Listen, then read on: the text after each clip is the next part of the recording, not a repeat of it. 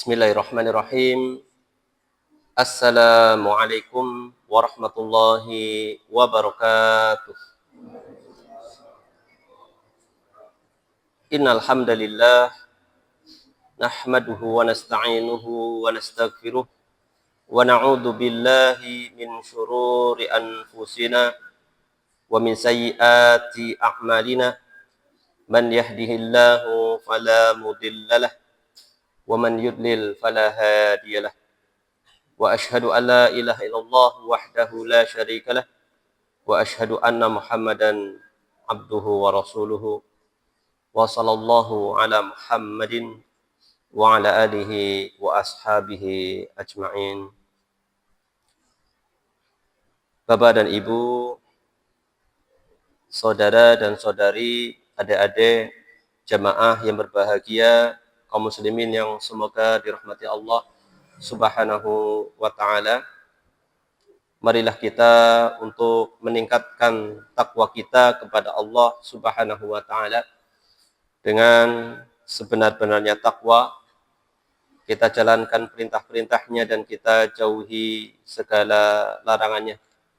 Marilah kita untuk senantiasa memuji Allah Subhanahu wa ta'ala, bersyukur kepada Allah Subhanahu wa ta'ala atas segala limpahan nikmat yang telah Allah berikan kepada kita semuanya. Semoga salawat teriring salam terlimpahkan kepada nabinya yang mulia, Nabi Muhammad sallallahu alaihi wasallam beserta keluarga, sahabatnya, dan segenap umatnya hingga akhir zaman. Bapak dan Ibu jamaah kaum muslimin yang semoga dirahmati Allah Subhanahu wa ta'ala, marilah kita untuk bersegera meraih ampunan dan keridhaan Allah Subhanahu wa ta'ala sebelum berakhirnya umur dan berlalunya waktu. Pada kesempatan malam hari ini kita akan sedikit menyampaikan berkaitan dengan persiapan kita menghadapi kedatangan tamu yang mulia. Apa yang akan disampaikan ini hanya sifatnya adalah perenungan untuk kita semua.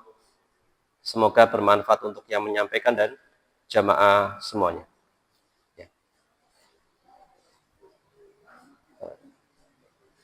Materi kali ini dalam rangka untuk menisbatkan ilmu kepada ahlinya, saya hanya menyampaikan apa yang disampaikan oleh salah seorang ahli ilmu di zaman sekarang ini, yaitu Fadilatul Syekh Sulaiman Ar-Ruhaili hafizahullahu ta'ala. Saya terjemahkan materi ini dari teks khutbah Jumat beliau. Ya. Bapak dan Ibu jamaah kaum muslimin yang semoga dirahmati Allah Subhanahu wa ta'ala, sesungguhnya kita ini saat ini atau di hari-hari ini kita tengah menanti kedatangan hari-hari yang penuh dengan keberkahan. Tamu yang diberkahi. Kita bersama dalam hal ini, atau kita bersama, kita semua di sini, untuk hal yang mulia ini, maka ada beberapa hal atau poin untuk kita renungkan bersama. Ada beberapa hal, atau tepatnya ada 4 hal untuk kita renungkan bersama. Ya. Yang pertama, Ibu, tadi disebutkan kita ini sekarang sedang berada dalam apa? Entah situasi atau saat, waktu menanti apa? Kedatangan tadi hari-hari yang mulia, tamu yang mulia, tamu yang penuh dengan berkah. Apa itu? Yaitu bulan suci Ramadan. Maka pada kesempatan malam hari ini ada 4 poin pembahasan untuk kita renungkan bersama. Yang pertama, hendaknya kita merenungkan dan mengambil pelajaran. Ya. Sejatinya, Bapak Ibu, kita di tahun lalu itu sama persis di tahun lalu ya, di tahun lalu. Anggaplah sekarang tanggal berapa Sya'ban? Tahun ini berapa Sya'ban?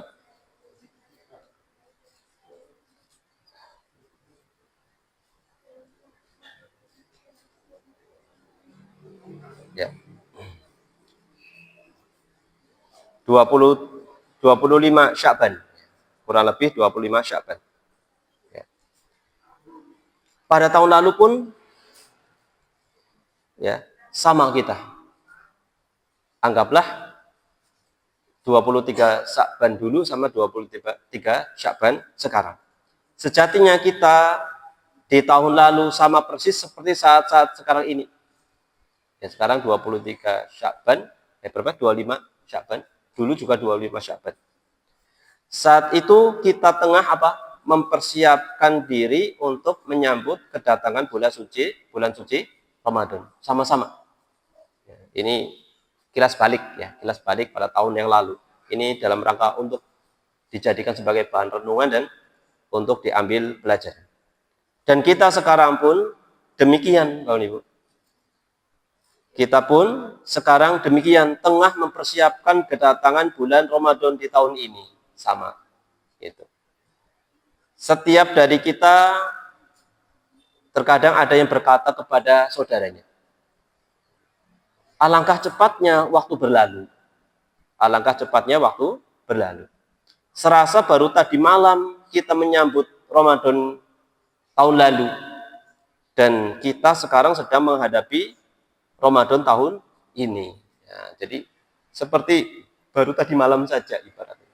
Memang waktu itu sifatnya itu seperti itu ya. Sifat waktu itu bagaimana? Waktu itu cepat sekali dan tidak akan terulang. Tidak akan terulang. Waktu itu tidak akan terulang dan terus berjalan. Dan tidak ada orang yang memiliki tabungan waktu, nggak ada. Ada enggak orang yang memiliki tabungan waktu? Nggak ada ya. Kalau orang bisa menyimpan waktu, memiliki tabungan waktu, mungkin suatu ketika waktunya habis, dia keluarkan saldonya. Ya. Saya masih punya simpanan waktu nih untuk memperpanjang. Nggak ada, ya, nggak ada. Demikian juga apa? Tidak bisa terulang kembali. Kalau kemarin di pertemuan tafsir terakhir itu, waktu dalam sejarah pernah berhenti, tapi hanya berhenti, tidak sampai mundur, tidak sampai bisa mundur. Itu pun hanya beberapa saat saja. Ya. Maka alangkah benarnya, sungguh itu adalah hari-hari yang berlalu dengan begitu cepatnya, padahal itu sudah berjalan 1 tahun dari umur kita. Padahal itu tadi ya, seakan-akan baru tadi malam. Ya. Padahal itu sudah 1 tahun yang lalu. Serasa baru tadi. Ya, jadi waktu itu berjalan dan berlalu dengan segala isinya, dan yang tersisa hanyalah apa yang kita perbuat untuk diri kita sendiri. Ya. Itu semua adalah hari-hari yang telah berlalu dan tidak akan kembali. Sungguh umur itu terbatas. Sedangkan ajal pasti akan datang. Di dalam Al-Quran, ajal itu disebut dengan yakin, al-yakin. Ya, seperti itu. Sembahlah Allah sampai datang keyakinan. Keyakinan itu apa? Adalah kematian. Ya. Seharusnya itu diyakini. Sesuatu yang pasti terjadi di dunia ini. Kata Allah Subhanahu wa taala di dalam surat Ali Imran ayat 185, kullu nafsin dha'iqatul maut. Setiap jiwa itu pasti akan merasakan kematian. Ya. Maksud dari ini semua apa? Bahwa seorang hamba apabila dia telah meninggal, lalu ia dipikul oleh orang lain, ya, entah sekarang caranya macam-macam ya, ada yang sunahnya itu dipikul, ya, tetapi kenyataannya sekarang untuk mempermudah kadang-kadang pakai disurung ya, seperti itu. Ada juga tetangga saya aslinya dipikul, tetapi karena kuburannya jauh akhirnya ada mobil bak, akhirnya dinaikkan. Yang mikul juga naik, naik mobil, ya. Nah, seperti itu. Ya. Intinya adalah ketika seseorang sudah meninggal, lalu ia dibawa oleh orang lain, ke pemakaman, maka sejatinya dirinya itu diiringi atau diikuti oleh 3 hal. Apa saja? Diikuti oleh apa saja? Kata Rasulullah SAW dalam sebuah hadis, yaitu diikuti oleh 3 hal. Yang 2 kembali, sedangkan yang tersisa itu yang ketiga. Yang ketiga tetap bersama dirinya. Ya. Dia itu nantinya diikuti oleh keluarga, harta, dan amalnya. Lalu keluarga dan hartanya akan kembali. Keluarga dan hartanya akan kembali dan tinggallah amalannya menyertai dirinya. Seperti itu. Ini perlu kita renungkan. Perlu kita renungkan.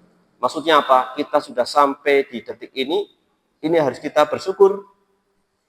Kenapa tadi sebutkan setiap jiwa itu pasti akan merasakan kematian dan Allah Subhanahu wa taala memperpanjang usia kita sampai detik ini. Sampai menjelang bulan Ramadan ini.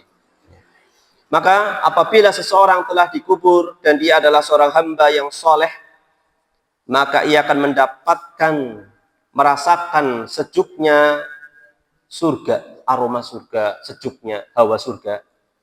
Dan dia merasakan aroma wangi surga. Ini masih di alam kubur. Ketika dia itu orang soleh yang bertakwa kepada Allah Subhanahu wa taala. Diluaskan kuburnya sejauh pandangan mata. Jadi kuburnya itu diluaskan. Kuburnya itu diluaskan sejauh pandangan mata. Dia didatangi oleh seseorang yang elok rupanya. Baik pakaiannya, bagus pakaiannya. Wangi aromanya. Seraya dia itu berkata, orang tadi yang menemaninya di alam kubur itu berkata, yang wajahnya sangat elok, sangat bagus. Berbahagialah kamu dengan sesuatu yang membuatmu bergembira. Ini merupakan harimu yang engkau dulu dijanjikan. Lalu dia bertanya, orang tersebut, siapakah gerangan Anda ini? Siapakah Anda ini? Si mayit tadi bertanya kepada siapa? Orang yang sangat tampan rupanya, yang menemani dirinya. Siapa Anda ini? Wajah Anda itu adalah wajah yang membawa kebaikan. Ya, memancar kebaikan pada diri Anda. Maka orang tadi menjawab, aku adalah amal baikmu. Nah, inilah yang akan menyertainya. Akan menyertai seseorang. Ini kalau orang itu siapa? Orang yang soleh, orang yang bertakwa kepada Allah Subhanahu wa taala. Lalu bagaimana kebalikannya? Adapun apabila seseorang yang keadaannya tidak seperti itu, keadaannya ahli maksiat, dia mungkin munafik dan seterusnya, maka dia mengalami kerugian dan penyesalan ketika diuji di alam kubur. Jadi di alam kubur itu ada 2 pembahasan. Di alam kubur itu ada 2 pembahasan. Pertama itu adalah fitnah kubur. Fitnah kubur, kemudian yang kedua nikmat atau adab kubur. Jadi fitnah kubur itu beda sama adab ataupun nikmat kubur. Fitnah kubur di sini malah ujian. Pertanyaan malaikat kepada si mayit. Itu namanya fitnah kubur. Nah, seperti itu. Kalau orang yang mukmin yang bertakwa kepada Allah Subhanahu wa taala yang menjalankan agama Islam ketika dia masih hidup, bagaimana ketika ditanya, "Siapa Rabbmu?" Dia akan menjawab, Rabbku adalah Allah. Siapa nabimu? Nabiku adalah Muhammad sallallahu alaihi wasallam. Terusan apa agamamu? Maka dia menjawab apa? Agamaku adalah Islam. Bapak Ibu, ini hadis yang sahih, yang benar dari Rasulullah SAW. Kita sudah tahu pertanyaan, soalnya, dan kunci jawabannya kita sudah tahu. Ada 3 ujian bagi semua manusia. Soalnya cuma 3 itu, atau tambah 1 lagi, yaitu berkaitan dengan Al-Quran. Kita sudah tahu pertanyaannya, sudah dapat bocoran ini dari Rasulullah. Demikian juga apa? Kunci jawabannya. Permasalahannya apa? Tidak semua orang itu bisa menjawab. Orang yang beriman akan diteguhkan lisannya, dirinya untuk apa? Bisa menjawab. Ya, sebagaimana yang disebutkan oleh Allah Subhanahu wa taala. Orang yang tidak seperti itu, kebalikannya apa? Dia mengalami kerugian dan penyesalan ketika diuji di alam kuburnya. Maka orang yang seperti ini, entah itu dia ada orang munafik atau orang kafir dan seterusnya, atau ahli maksiat dan seterusnya, maka ketika ditanya siapa rohmu, siapa nabimu, apa agamamu, dia hanya menjawab apa? La adri, aku tidak tahu. Aku mendengar orang-orang ngomong seperti itu. Padahal aslinya kalau mungkin dulunya dia pernah ngikutin pelajaran agama, ada pertanyaan seperti itu, jawabannya seperti itu. Tapi tidak bisa menjawab. Kenapa? Karena tidak mengamalkannya, tidak menerapkan dalam kehidupan dirinya di dunia. Dia mendapatkan panasnya neraka. Ada hawa panas dari neraka. Dia mendapatkan aroma busuk neraka. Kuburnya disempitkan. Dia didatangi oleh seseorang yang buruk rupanya. Pakaiannya buruk, berbau busuk. Seraya berkata, kabar buruk untukmu. Dengan sesuatu yang akan membuatmu buruk. Ini adalah harimu yang telah dijanjikan kepadamu. Bapak dan Ibu jamaah kaum muslimin yang semoga dirahmati Allah Subhanahu wa taala. Ini keadaan manusia di alam kuburnya. Sampai kapan? Sampai kapan? Illa antakuma al-qiyamatu al-kubro. Kata para ulama. Sampai tegaknya hari kiamat yang besar. Sampai terjadi hari kiamat itu. Seperti itu. Kalau orang itu mendapatkan nikmat, maka selama itu mendapatkan nikmat. Kalau orang itu mendapatkan azab, maka selama itu bisa mendapat azab. Dan azab kubur itu ada yang ibaratnya itu permanen, terus-menerus, pagi, siang, itu selalu ini. Ada yang terkadang disiksa, tergantung mungkin ada yang mendoakan atau apa, atau ada faktor-faktor yang lain. Jadi tidak semua itu disamakan. Sesuai dengan kondisi manusia masing-masing. Ya. Maka sekarang bagaimana keadaan pada hari kiamat? Allah Subhanahu wa taala berfirman di dalam surat Al-A'raf ayat 8 sampai 9. Wal waznu yawma idzinil haqq faman thaqulat mawazinuhu faulaika humul muflihun wa man khaffat mawazinuhu faulaika alladziina khasiru anfusahum bima kanu biayatina yatlimun. Yang artinya timbangan atau mizan pada hari itu ialah kebenaran, yaitu hak, penuh dengan keadilan. Maka barang siapa berat timbangannya, maka mereka itulah orang-orang yang beruntung. Dan siapa yang ringan timbangan kebaikannya, maka itulah orang-orang yang merugikan dirinya sendiri, disebabkan mereka selalu mengingkari ayat-ayat kami. Surat Al-A'raf ayat 8 sampai 9. Jadi seorang yang berakal adalah orang yang mau mendengar dan mentadaburi, merenungi, menghayati, merenungkan dan memikirkan dan mengetahui bahwa kehidupan dunia ini hanyalah sesuatu yang fana. Kehidupan dunia begitu cepat hilang, berlalu, sedangkan masa depan yang hakiki itu tatkala bertemu dengan siapa? Dengan Allah Subhanahu wa taala. Maka marilah kita untuk memikirkan, mengambil pelajaran dan menjadi termasuk orang yang bisa mengambil pelajaran ketika kita itu masih diberi kesempatan hidup, mengambil pelajaran. Lalu memperbaiki perjalanan diri kita menuju Allah Subhanahu wa taala. Karena sejatinya kita sedang berjalan menuju Allah, maka kita perbaiki perjalanan kita menuju Allah Subhanahu wa taala. Kita harus banyak berbekal. Ya. Sebaik-baik bekal itu apa? Ketakwaan kepada Allah Subhanahu wa taala.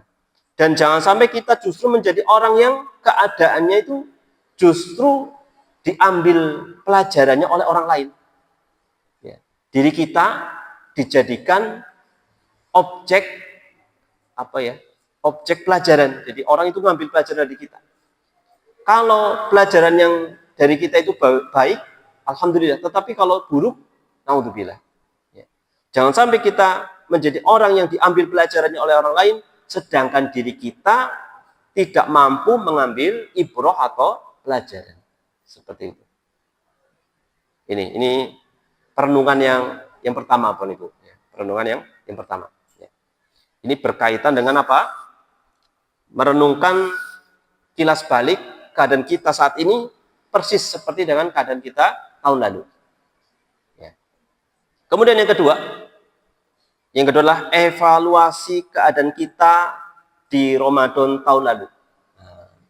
Ini juga dikaitkan dengan Ramadan tahun lalu. Bulan Ramadan tahun lalu kita menyambutnya dengan sukacita. Kita bersemangat di awalnya. Kemudian ada sebagian orang yang di tengah-tengah itu dihinggapi rasa malas. Hingga meremehkan kesempatan emas ini. Kesempatan yang begitu berharga ini. Makanya tidak heran ada fenomena terjadi kemajuan jamaah sholat tarawih seperti itu. Semoga di sini tidak. Coba sekali-kali didata kemudian kayak gini atau kayak gini atau kayak gini dari hari pertama perlu ya. Jadi bisa untuk misalkan sebagai laporan kepada donatur ini, alhamdulillah perkembangan jamaah Masjid Baitul Jannah ini grafiknya naik, alhamdulillah. Nah, tidak malah kayak gini ya, seperti itu. Ini perlu mungkin ya hari ini mungkin ada kalau ada yang punya kesempatan itu ya mungkin barangkali untuk bisa mengetahui ya pergerakan grafik jamaah Masjid Baitul Jannah misalkan seperti itu. Nah, Masya Allah ini. Jadi ada orang yang semoga bukan kita ya. Di tengah-tengah malah dihinggapi rasa malas hingga meremehkan kesempatan berharga itu. Karena kadang-kadang Ibu yang saya pernah mendengar ya, yang bisnis atau yang jualan itu di bulan Ramadan semakin mendekati waktu lebaran itu malah orderan itu semakin meningkat gitu. Aduh ini ujian juga. Nah, itu tidak salah sih, cuma jangan terkecoh. Tetap harus ada fokus untuk itu. Karena ibaratnya memang bulan Ramadan itu ulane wong pada perpegan, harus betul. Ya, perpegan gitu ya. Orang yang tadinya nggak jualan jadi jualan. Ya, takjilan, kemudian apa lagi? Ya, berbagai macam minuman. Yang tadinya satu jalan mungkin hanya 1-2 bisa hampir ada tambah gitu. Ya, pedagang dadakan seperti itu ya. Musiman seperti itu. Ya tidak salah barangkali untuk sanggup kok bada misalkan ya. Ya salah, tapi jangan sampai kita gagal fokus. Tujuan utama kita itu adalah beribadah dengan maksimal di bulan suci Ramadan. Nah. Ya. Ada orang yang dihinggapi rasa malas hingga meremehkan kesempatan berharga itu, esok kita perbaikilah. Besok akan kita perbaiki. Lusa diperbaiki lagi. Sampai berlalu hari-hari di bulan tersebut dan kita berpisah dengan bulan Ramadan dalam keadaan kita menangisi atas keteledoran diri kita dan segala kekurangan kita. Salah seorang dari kita mungkin ada yang berangan-angan pada dirinya dan berjanji, sekiranya tahun depan saya masih hidup, niscaya saya akan memperbaiki lebih baik lagi di bulan Ramadan tahun depan daripada tahun sekarang. Dan saya akan muliakan diri ini di bulan Ramadan yang penuh dengan berkah. Itu angan-angan.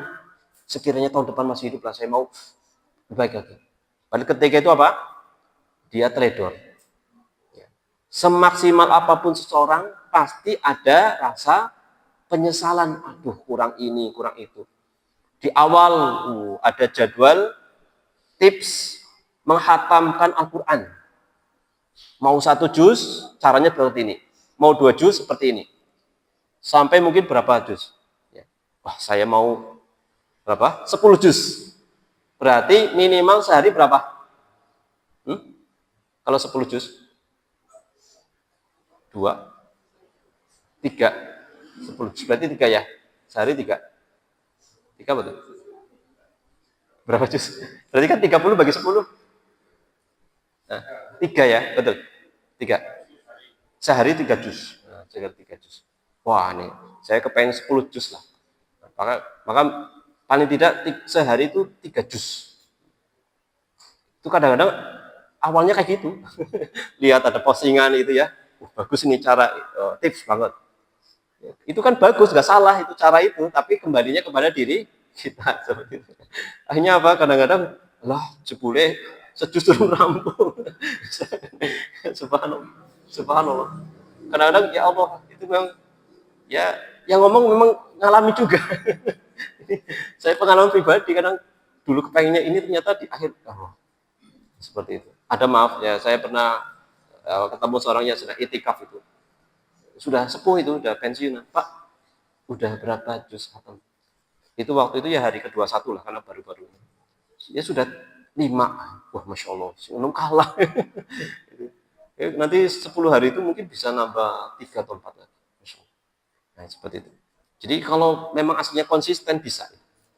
Kita, 10 kali khatam misalnya, 10 kali khatam, atau berapa kali khatam. Ya. Kalau ingin sekali khatam berarti sehari 1 juz ya. Berarti kalau 10 berarti enggak 3 juz itu, Pak. Berapa? Aduh, saya lupa ini. Hitungannya gimana? Ya, jadi itu ya, misalkan ya. Jadi, kalau ingin 2 kali khatam berarti 2 juz, seperti 2 juz. Ya, tinggal di itu. 2 berarti 2 juz gitu. 3 berarti 3 juz gitu. Dan seterusnya, wallahu a'lam bishawab. Jadi kurang lebih ada hitung-hitungannya, bisa kita cari sendiri atau cari rumus. Bapak Ibu jamaah kaum muslimin yang semoga dirahmati Allah Subhanahu wa taala, disebutkan di antara kita mungkin ada yang mengatakan berangan-angan pada dirinya dan berjanji sekiranya tahun depan saya masih hidup, saya akan memperbaiki diri pada bulan Ramadan tersebut dan saya akan muliakan diri ini dengan bulan Ramadan yang penuh berkah. Ya, tentunya Bapak Ibu jangan dipahami berkahnya Ramadan itu dengan apa? Nanti dapat THR, apalagi ya, seperti dapat ini, bukan itu saja.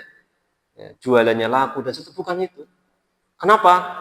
Itu betul salah satu saja dari sisi pengaruh sifatnya duniawi. Kalau itu bukan hanya orang Islam saja yang dapat untung, betul? Buktinya apa? Tokoh-tokoh yang non Muslim juga dapat propagannya, ya kan? Harus betul. Ya, ngedol sarung, ngedol baju koko, ya kan? Baju baru, orang mau ini beli di situ. Mereka juga dapat untung. Kalau hanya ini sama saja, apa bedanya? Tetapi keberkahan Ramadan itu bukan hanya itu. Justru berkaitan dengan keutamaan-keutamaan disebutkan oleh Allah dan Rasulullah Shallallahu Alaihi Wasallam. Dan sungguh Rabbuna Allah Subhanahu Wa Taala benar-benar telah memanjangkan umur kita. Maka kita memohon kepada Allah Subhanahu Wa Taala agar memasukkan kita ke dalam bulan Ramadan dalam keadaan baik, sehat, dan diberi kekuatan. Allahumma amin. Maka wajib bagi kita untuk mengingat lagi janji kita kepada diri kita. Dan mengingat bahwa hari-hari di bulan Ramadan hanya sebentar dan sangat cepat. Maka kita perbaiki diri kita di hari-hari yang penuh keberkahan ini. Ini yang kedua ya. Yang pertama itu kita kilas balik. Kondisi kita saat ini seperti tahun lalu. Sama-sama sedang menanti kedatangan bulan Ramadan. Kemudian yang kedua, kita evaluasi diri kita. Ya. Berdasarkan keadaan kita di tahun lalu untuk sebagai pijakan di tahun ini, perbaikan di tahun ini. Kemudian yang ketiga, Bapak Ibu, jamaah kaum muslimin rahimakumullah, bulan Ramadan yang penuh keberkahan ini merupakan bulan yang sangat dicintai oleh Allah Ar-Rahman yang Maha Pengasih. Ingat ini, bulan Ramadan adalah bulan yang sangat dicintai Allah Ar-Rahman yang Maha Pengasih.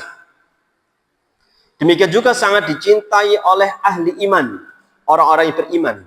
Itu sangat cinta, yang jujur keimanannya. Di dalamnya terdapat keberkahan, di dalamnya terdapat rahmat, di dalamnya terdapat maghfirah, ampunan, dan kebaikan-kebaikan dari Allah Subhanahu wa Ta'ala. Maka wajib bagi kita untuk mengetahui agungnya nikmat Allah Subhanahu wa Ta'ala ini kepada kita, yang telah Allah berikan kepada kita, yaitu bulan yang penuh berkah ini. Allah Subhanahu wa Ta'ala berfirman di dalam surat Al-Baqarah ayat 185. Allah berfirman, "Syahrul Ramadan alladzi unzila fihi al-Qur'an hudan lin-nas wa bayyinatin minal huda wal furqan. Faman syahida minkum asy-syahra falyasum wa man kana maridun aw 'ala safarin fa'iddatun min ayyamin ukhar. Yuridullahu bikumul yusra wa la yuridu bikumul usra wa litukmilul iddata wa litukabbirullaha 'ala ma hadakum wa la'allakum tashkurun. Beberapa hari yang ditentukan itu adalah bulan Ramadan. Bulan yang di dalamnya diturunkan permulaan Al-Quran sebagai petunjuk bagi manusia dan penjelasan-penjelasan mengenai petunjuk tersebut. Mengenai petunjuk tersebut. Dan pembeda antara yang hak dan yang batil. Karena itu, barang siapa di antara kamu hadir di negeri tempat tinggalnya di bulan itu, maka hendaklah ia berpuasa pada bulan itu, dan barang siapa yang sakit atau dalam perjalanan lalu ia berbuka, maka wajiblah baginya berpuasa sebanyak hari yang ditinggalkannya itu. Pada hari-hari yang lain Allah menghendaki kemudahan bagimu dan tidak menghendaki kesukaran bagimu, dan hendaklah kamu mencukupkan bilangannya, dan hendaklah kamu mengagungkan Allah atas petunjuknya yang diberikan kepadamu supaya kamu bersyukur. Dari ayat yang mulia ini disebutkan Allah menurunkan Al-Quran di bulan Ramadan. Kemudian syariat Islam itu datang dengan apa?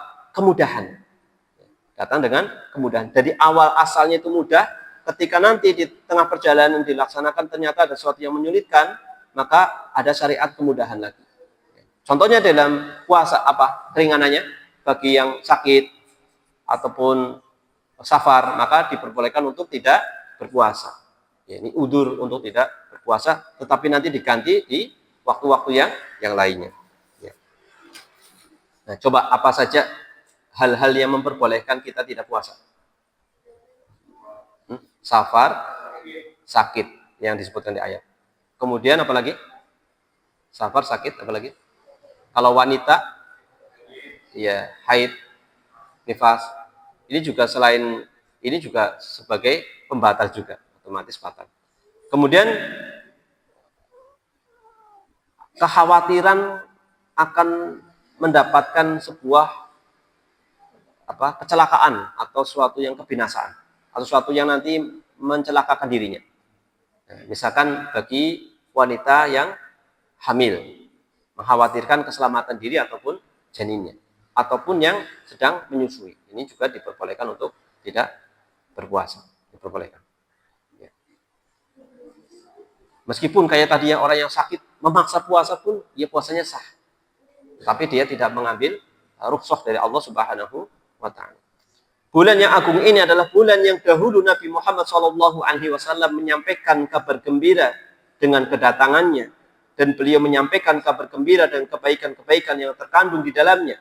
Beliau seringkali bersabda, "Idza dakhala syahrul Ramadan, futihat abwabus sama, wa fi riwayatin abwabul jannah, wa fi riwayatin abwabur rahmah, wa ghuliqat abwabu jahannam, wa sulsilatis syayatin." Kata Rasulullah SAW, jika datang bulan Ramadan, maka dibukakan semua pintu langit. Dalam riwayat yang lain, pintu-pintu surga. Dalam riwayat yang lain, pintu-pintu rahmat. Dan dikunci semua pintu neraka dan dibelenggu semua setan. Dari Abu Hurairah radhiyallahu anhu, dia berkata Rasulullah SAW bersabda, "Idza kana awwalu lailatin min syahri Ramadan, suffidatis syayatin wa maradatu al-jin wa ghulliqat abwabun nar, falam yuftah minha babun wa futihat abwabul jannah falam yughlaq minha babun, wa yunadi munadi ya baghiyal khair aqbil wa ya baghiyal syarr aqsir walillahi utaqa'u minnan nar wa dzalika kullu lailatin." Pada malam pertama bulan Ramadan, setan-setan dan jin-jin yang jahat dibelenggu. Pintu-pintu neraka ditutup, tidak ada satupun pintu yang terbuka, dan pintu-pintu surga dibuka, tidak ada satupun pintu yang tertutup, serta seorang penyeru menyeru, "Wahai yang mengharapkan kebaikan, bersegeralah kepada ketaatan. Wahai yang mengharapkan keburukan atau maksiat, berhentilah." Allah memiliki hamba-hamba yang selamat dari api neraka pada setiap malam di bulan Ramadan. Jadi setiap malam itu Allah menyelamatkan hamba-hamba dari siksa api neraka. Ini setiap malam, setiap malam. Maka harusnya kita berusaha menjadi orang yang dimaksud di dalam hadis ini. Bapak Ibu jamaah kaum muslimin yang semoga dirahmati Allah Subhanahu wa taala. Kalau setan-setan itu dibelenggu, berarti musuh yang sedang kita hadapi siapa? Tinggal siapa? Ya, hawa nafsu kita. Nggak bisa kita alasan ini saya digogel setan, setan sudah dibelenggu. Ya, jadi apa? Musuhnya adalah diri kita atau hawa nafsu yang ada pada diri kita. Dari sini ulama berpendapat atau sebagian ulama berpendapat akan bolehnya bagi seorang muslim untuk memberikan ucapan selamat, saling memberi kabar gembira kepada kaum muslimin dengan masuknya bulan Ramadan yang penuh keberkahan. Ya, seperti itu. Dan kebaikan-kebaikan yang terkandung di dalamnya serta keberkahan-keberkahan yang ada padanya. Maka oleh karenanya marilah kita hargai betapa atau kita sadari betapa berharganya bulan ini. Dan ketahuilah bahwa Allah Subhanahu wa taala akan memuliakan siapa saja di antara hamba-hambanya yang ingin Dia kehendaki, maka marilah kita muliakan diri kita karena rahmat Allah Subhanahu wa taala di bulan yang penuh berkah ini. Ini yang ketiga. Dan yang terakhir, Bapak Ibu, sebagai bahan perenungan atau sebagai bahan perenungan ya dan motivasi. Yang keempat, ketahuilah bahwa Allah Subhanahu wa taala telah mewajibkan pada bulan Ramadan ini dengan ibadah-ibadah yang mulia. Ini harus diingat bahwasanya adanya bulan Ramadan adalah untuk disyariatkannya, diwajibkannya atau disyariatkannya ibadah-ibadah yang mulia. Yang Allah Subhanahu wa taala mengagungkan keutamaannya dan melipat gandakan ganjarannya. Yang pertama kira-kira apa? Ibadah yang mulia yang dimaksud apa? Yang pertama dan paling utama adalah puasa tentunya. Karena bulan Ramadan ya bulan puasa. Bulan Ramadan adalah bulan puasa. Puasa itu secara istilah bahasa artinya adalah imsak. Al-imsak, menahan diri. Menahan diri. Kemudian ada hal lain yang mulia juga dalam agama Islam, yaitu sabar. Sabar juga secara bahasa adalah al-habsu, menahan diri. Jadi antara puasa dan sabar itu sangat erat hubungannya. Makanya Rasulullah SAW pernah bersabda, puasalah kalian setiap bulannya 3 hari. 3 hari setiap bulannya. Kemudian puasalah kalian di bulan kesabaran. Maksudnya apa? Bulan kesabarannya adalah bulan Ramadan. Bulan puasa disebut dengan bulan kesabaran. Yang mana ganjarannya juga sama. Orang yang sabar, pahalanya tiada batas. Orang yang berpuasa juga pahalanya tiada batas. Nanti akan disampaikan hadisnya. Jadi yang pertama dan paling utama dari ibadah-ibadah tersebut yang mulia adalah puasa. Puasa diwajibkan oleh Allah Subhanahu wa taala di bulan berkah ini. Jadi puasa wajib, ya puasa Ramadan. Nanti ada puasa wajib yang lain. Tetapi itu karena ada suatu sebab. Apa misalkan karena untuk mengqadha atau bernadar atau kafaroh itu yang sifatnya wajib, tapi karena ada sebab yang lain. Tetapi kalau Ramadan terkait dengan waktu. Ya. Allah Subhanahu wa taala berfirman, "Ya ayyuhalladzina amanu, kutiba 'alaikum as-syiyam kama kutiba 'alal ladzina min qablikum la'allakum tattaqun." Hai orang-orang yang beriman, diwajibkan atas kamu berpuasa sebagaimana diwajibkan atas orang-orang sebelum kamu agar kamu bertakwa. Dari ayat ini menunjukkan apa? Puasa itu selain diwajibkan kepada umat Islam juga apa? Diwajibkan kepada umat terdahulu. Ya, umat terdahulu. Puasa ini memiliki keistimewaan yang amat besar. Sebagaimana sabda Rasulullah Shallallahu Alaihi Wasallam, "Kullu amal ibni Adam yudha'af al-hasanatu asyra bi asyri amsalha ila 700 di'fin." Setiap amalan kebaikan yang dilakukan oleh manusia akan dilipat gandakan dengan 10 kebaikan yang semisal hingga 700 kali lipat. Hingga 700 kali lipat. Allah Subhanahu wa taala berfirman, "Illa saum," kecuali puasa. Ya. Kecuali puasa. Amalan puasa tersebut adalah untukku, aku sendirinya akan membalasnya disebabkan dia telah meninggalkan syahwat dan makanan karenaku. Bagi orang yang berpuasa akan mendapatkan dua kebahagiaan, yaitu kebahagiaan ketika dia berbuka dan kebahagiaan ketika dia bertemu dengan Rabb-nya. Sedikit lagi saya sampaikan ini. Ya. Inilah puasa yang dikhususkan ganjarannya oleh Allah Subhanahu wa taala, tidak ada yang mengetahui balasan tersebut dan tidak ada yang mengetahui kadar ganjarannya kecuali Allah Subhanahu wa taala. Allah melipat gandakan pahala untuk hambanya dengan lipatan yang banyak. Puasa adalah mutiara yang berharga, harta yang berharga. Kewajiban bagi seorang muslim untuk berpuasa menahan diri dari apa yang bisa mengurangi atau menghilangkan nilai pahalanya. Dia berpuasa menahan diri dari pembatal puasa dan dari dosa-dosa. Rasulullah bersabda, barang siapa yang tidak meninggalkan perkataan dan perbuatan yang dusta atau haram, maka Allah tidak butuh dia meninggalkan makanan dan minum. Hadis ini menjelaskan peringatan dari maksiat, baik bersifat ucapan maupun perbuatan. Maka harusnya seorang mukmin yang tengah menjalankan ibadah puasa untuk berpuasa menahan diri dari kotoran-kotoran ini. Berupa apa? Dusta, ghibah, namimah, dan lain sebagainya. Dan maksiat anggota badan, memandang hal yang haram, mendengar yang haram, tangan dan kaki digunakan untuk yang haram, digunakan untuk yang haram, dan lain sebagainya. Wajib baginya untuk mengenali kemuliaan puasa. Sebagaimana Allah Subhanahu wa taala mensyariatkan kepada kita salat malam. Nabi bersabda, dan barang siapa salat di malam Lailatul Qadar karena iman dan mengharapkan pahala, akan diampuni dosanya yang telah lalu. Maka hendaknya seorang hamba semangat melaksanakan sunnah yang diberkahi dan keutamaan yang besar ini, dan tidak menghalangi dirinya dari mengerjakan salat malam di bulan Ramadan, yaitu salat tarawih. Jika dia merasa lemah, tidak sanggup mengerjakan, maka hendaknya bersemangat untuk salat witir setiap malam, dan janganlah menghalangi dirinya dari ini. Jika dia mampu untuk salat pada sebagian malam di masjid bersama kaum muslimin, maka ini lebih baik dan berkah. Ya.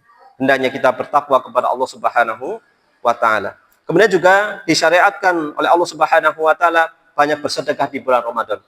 Rasulullah adalah manusia yang sangat dermawan dan semakin dermawan ketika di bulan Ramadan. Kemudian juga Allah mensyariatkan kepada kita untuk memperbanyak membaca Al-Quran. Demikian juga Rasulullah SAW didatangi setiap malam di bulan Ramadan oleh malaikat Jibril untuk tadarus bersama malaikat Jibril alaihi salam.